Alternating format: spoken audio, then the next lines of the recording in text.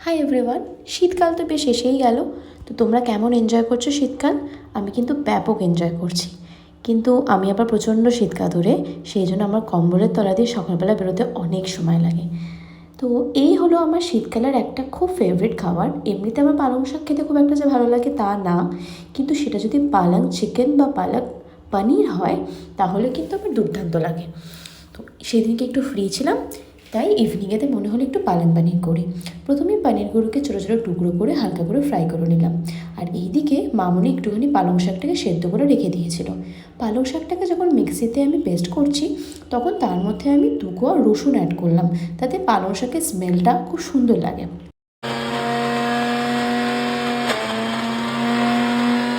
হালকা গ্রাইন্ড করে এদিকে আবার চলে এলাম একটু আদা কুচি, রসুন কুচি আর ওদিকে একটু টমেটো কুচি অ্যারেঞ্জ করতে। কড়াইতে তারপরে তেল গরম করে ফার্স্টেই আগে রসুন আদা ফোড়নটা দিয়ে কিছুক্ষণ নাড়ানোর পরে পেঁয়াজ কুচি দিয়ে দিলাম। ও হ্যাঁ, পেঁয়াজ কুচিটার কথা বলতে একদম ভুলে গেছি।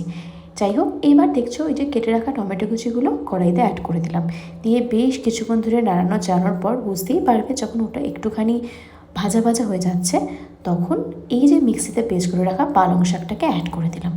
তারপরে বেশ কিছুক্ষণ ধরে পালং শাকটাকে ওইভাবেই নাড়িয়ে চাড়িয়ে স্বাদ মতো নুন মিষ্টি অ্যাড করে দেবে।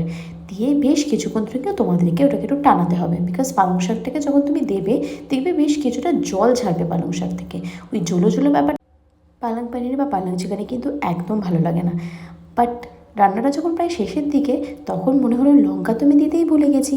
কারণ আমার না রান্নাতে লঙ্কা দেওয়ার হ্যাবিটটা একদম চলে গেছে, বিকজ শাওন একদম ঝাল খায় না। স্টিল এই আইটেমগুলোতে যদি একটু কাঁচা লঙ্কার স্মেল না আসে, মোটেই ভালো লাগে না। এরপর লঙ্কাটা অ্যাড করে এই যে ভেজে রাখা পনিরগুলো অ্যাড করে দিলাম। তারপরে বেশ 2 থেকে 3 মিনিট ধরে ওটাকে কিছুক্ষণ নাড়ালাম। আর একদম লাস্টে একটুখানি বাটার আর ফ্রিজে একটু ফ্রেশ ক্রিম ছিল, তো ওটা কম্পালসারি নয়, চাইলে তোমরা দিতে পারো, না চাইলে নাও দিতে পারো।